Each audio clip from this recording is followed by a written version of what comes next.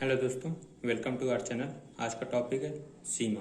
तो हम समझेंगे सीमा क्या है। ठीक, उससे पहले हम देखेंगे कि सीमा की हमें ज़रूरत क्यों पड़ती है। यदि कोई फलन है, जैसे कि हमारे पास कोई फलन है एफ एक्स, ठीक है, जिसकी वैल्यू 3x² + 2 है। यदि हम इस पे x की वैल्यू यदि हम 1 रखते हैं तो हमको क्या मिलता है, 3 × 1 का स्क्वायर प्लस 2 = 5 हमको इसकी वैल्यू मिला। इसी प्रकार यदि हम इस पे 2 x की वैल्यू 2 रखें तो हमको मिलेगा 3 × 2 का स्क्वायर प्लस 2 = 2 दूनी 4, 3 12, 14। एग्जैक्ट कोई नंबर मिल रहा है, लेकिन कुछ फंक्शंस ऐसे होते हैं जिनके हमें कोई एग्जैक्ट आंसर नहीं मिल पाता, कोई हमें एग्जैक्ट सोल्यूशन नहीं मिल पाता। जैसे कि हमारे पास कोई फंक्शन है f(x) = x² - 1/x - 1, ठीक है, ये समझ लीजिए एक फंक्शन है। यदि हम इस पे x की वैल्यू 1 रखें तो हमको क्या मिलेगा, 1² - 1/1 तो हमको ये 0/0 ये कोई वैल्यू है तो ये अनडिफाइंड है, मतलब इसको डिफाइन नहीं कर सकते। तो इस चीज़ का सोल्यूशन के लिए लिमिट को लाया गया। यहाँ पे हमने देखा कि x की वैल्यू 1 रखे तो हम लोगों को इस टाइप का आंसर आया जो कि डिफाइंड नहीं है, मतलब परिभाषित नहीं है। ठीक है, तो हम जो है x की ऐसी वैल्यूज लेंगे जो कि इस एक के बहुत निकट हो। वह एक नहीं होना चाहिए लेकिन उसके निकट होना चाहिए, मतलब आसपास की संख्याएं।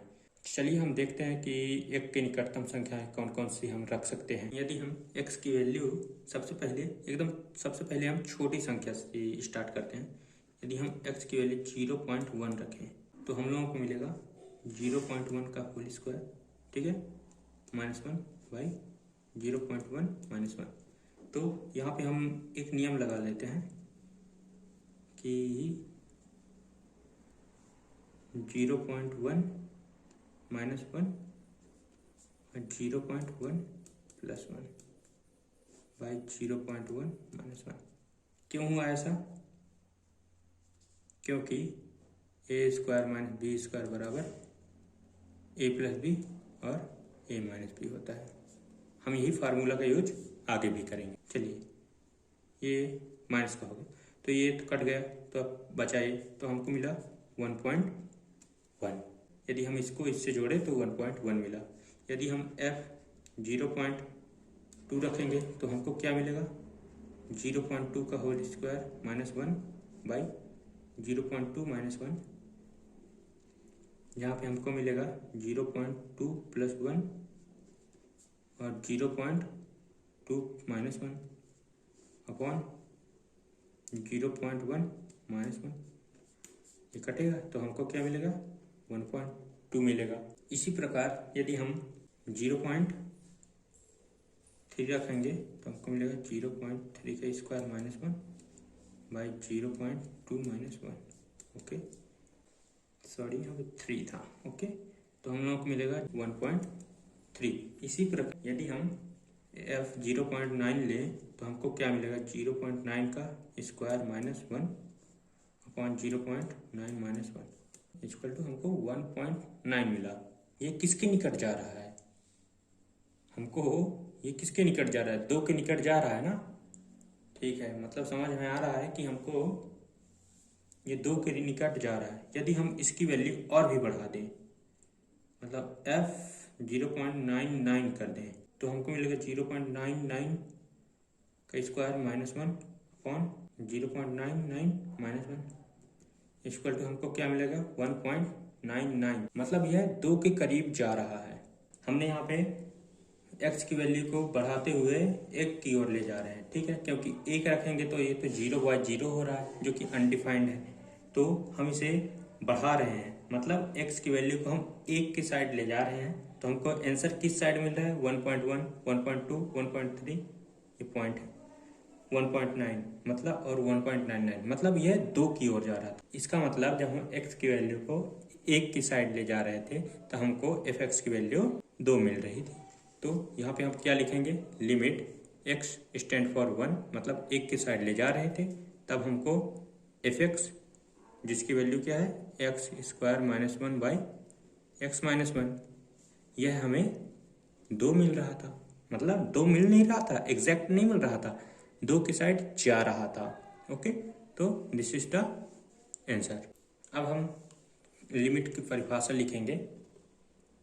हमारे पास कोई फलन f(x) दिया है जिसको हमें बिंदु x बराबर 0 के लिए उस फलन की सीमा हम limit x tend for 0 f(x) से हम निरूपित करते हैं। ठीक है, यह एक डेफिनेशन है जिसे हम ऐसे लिख सकते हैं। अब इसका टाइप देखेंगे कि लिमिट कितने प्रकार के होते हैं।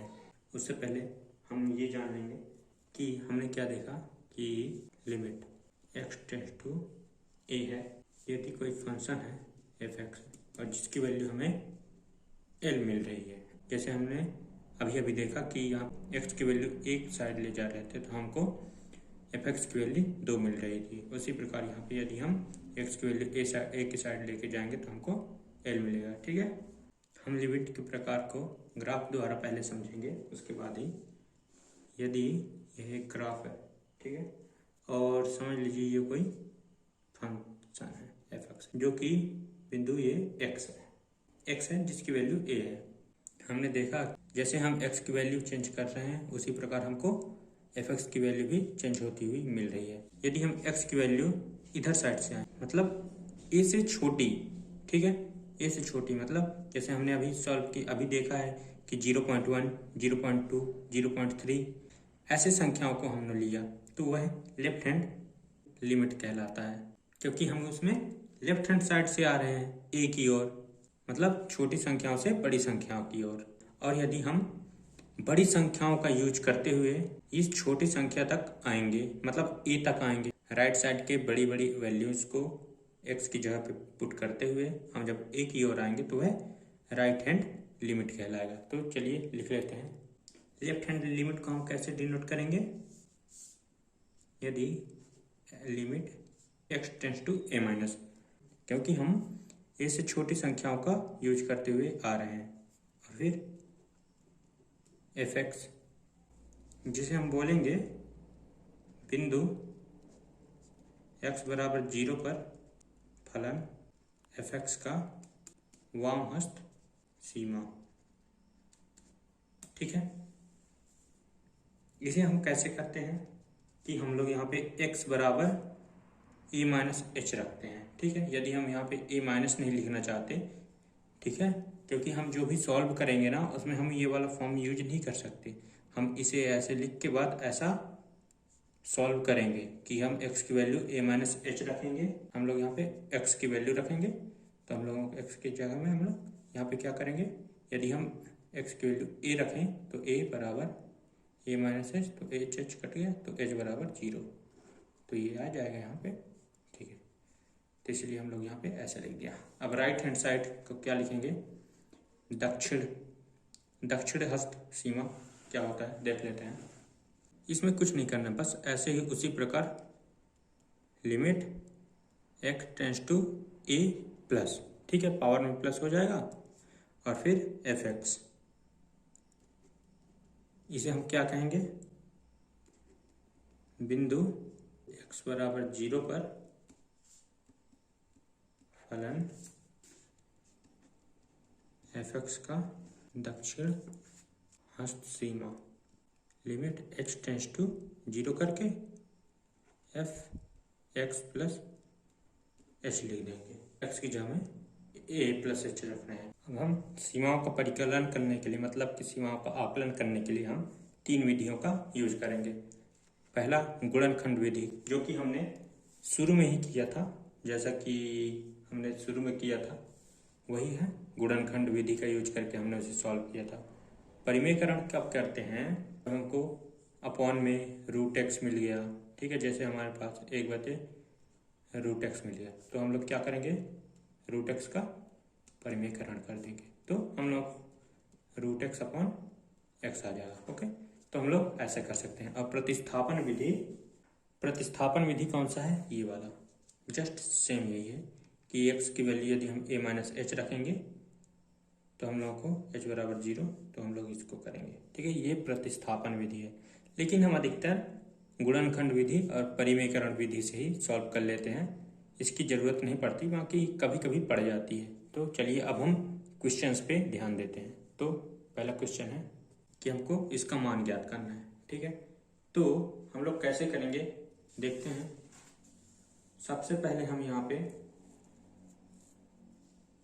यह कौन सी विधि से होगा, तो यह होगा गुणनखंड विधि से। जैसे देख लीजिए लिमिट x टेंस टू 2, तो यहाँ पे गुणनखंड विधि से कैसे करेंगे, एक्स स्क्वायर माइनस 2 का स्क्वायर x माइनस 2 हुआ। इसको और भी हम क्या लिख सकते हैं,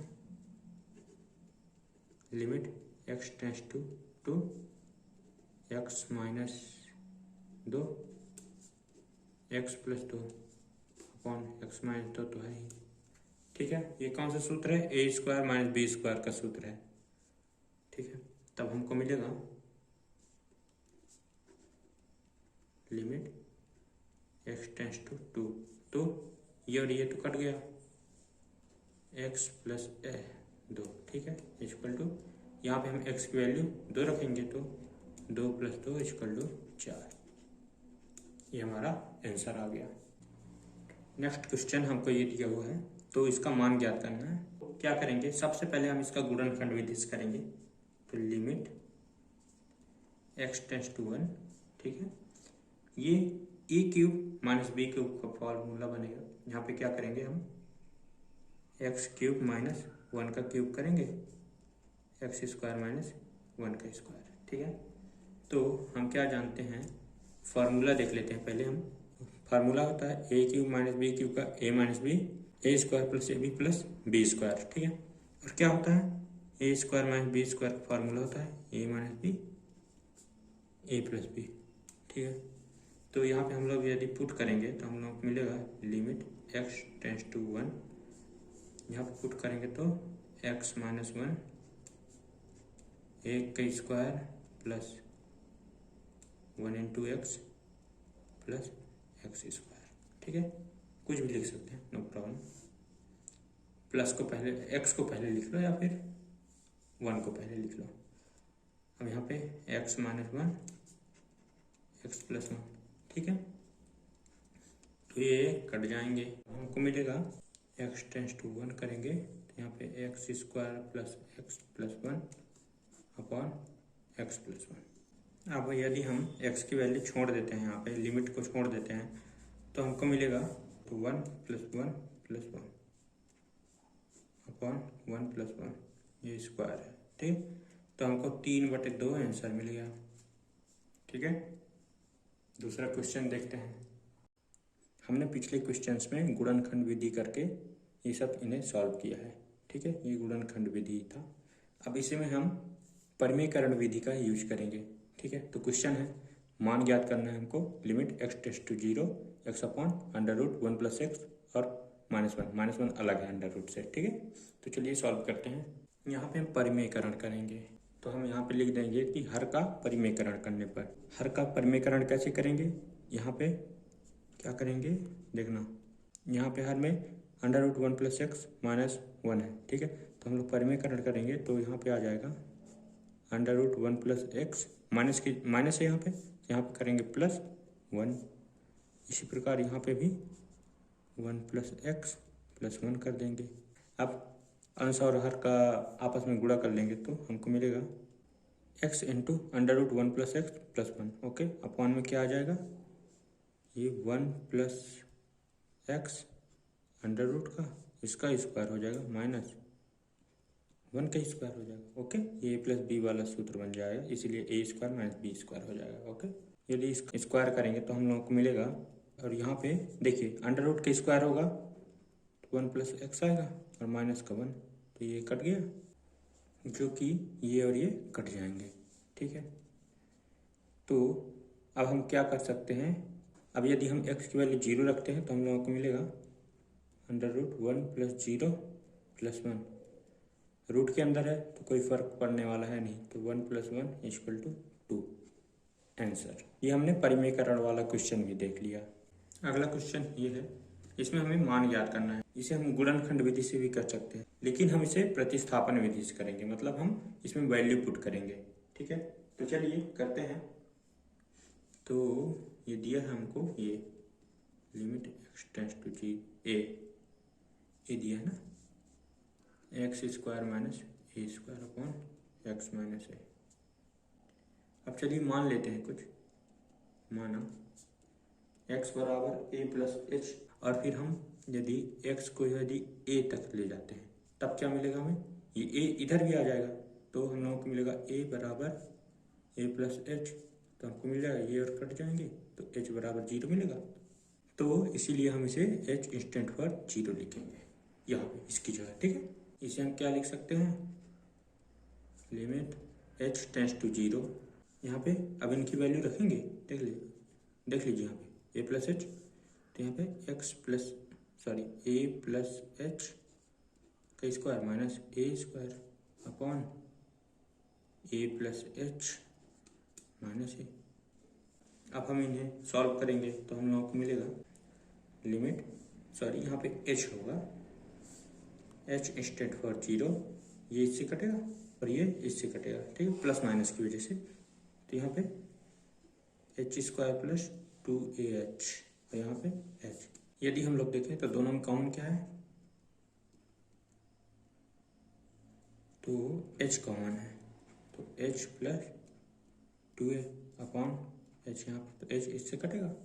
अब देखते हैं limit h tends to 0 h plus 2a, ठीक है। अब h की वैल्यू रखेंगे, h की वैल्यू 0 रखेंगे तो 0 plus 2a equal to 2a answer. हमने तीनों विधियों का यूज कर लिया, पहला गुणनखंड विधि का पहला क्वेश्चन किए, दूसरा किया, तीसरा क्वेश्चन हमने परिमेयकरण विधि से किया, और ये चौथा क्वेश्चन हमने प्रतिस्थापन विधि से किया, जो कि इसकी वैल्यू हमने यहाँ पे रखा और फिर इसको सॉल्व किया। और चलिए और भी इम्पोर्टेंट क्वेश्चंस देखेंगे। अगला क्वेश्चन है हमारा, दर्शाना है इसे, limit x tends to 0 e की पावर x प्लस e की power minus x minus 2 upon x square equal to 1 होता है, ठीक है। तो चलिए हम सबसे पहले e की पावर x का प्रसार देखेंगे कि इसका एक्सपेंशन फॉर्म कैसा होता है। तो हम जानते हैं कि e की पावर x का, ये हमको पता होना चाहिए, e की पावर x का मान क्या होता है, 1 plus x plus x square by factorial 2 plus x cube by factorial 3 plus x4 by factorial 4 plus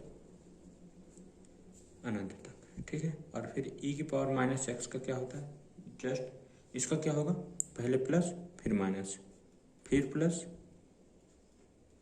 फिर माइनस, ठीक है, x cube by factorial 3 minus plus minus हुआ, यहाँ प्लस होगा x4 बाई फैक्टोरियल 4, ठीक है।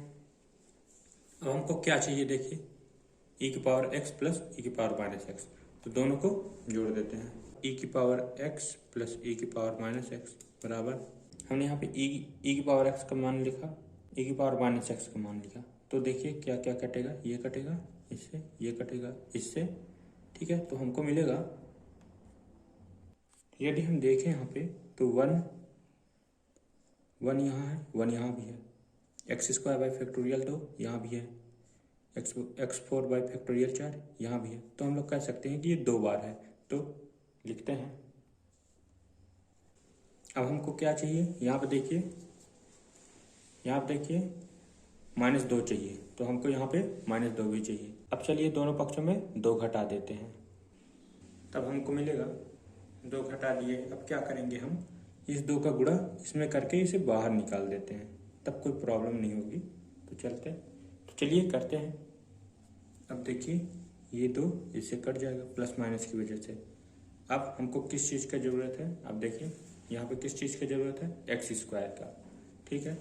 तो यदि हम दोनों पक्षों में एक्स स्क्वायर का भाग दें तो हमको मिलेगा, हमने दोनों पक्षों में एक्स स्क्वायर का भाग दिया, देखिए यहाँ और यहाँ पे भी, ठीक है। तो इसका वैल्यू क्या होगा कि सबसे एक्स स्क्वायर कॉमन लेके काट लेते हैं, ठीक है। तो हम लोगों को मिलेगा, तो हमने यहाँ पे निकाल लिया, कॉमन ले लिया और फिर यहाँ पे कर दिया, तो ये इससे कट गया। अब हम दोनों साइड में लिमिट एक्स टेंड फॉर 0 लेंगे, क्योंकि हमको प्रूफ करना है। दोनों पक्ष में हमने लिमिट ले लिया। अब हम राइट साइड में लिमिट को छोड़ देंगे, क्योंकि हमको राइट साइड में चाहिए ना, लेफ्ट साइड में तो हमको ये वैल्यू मिल ही गई।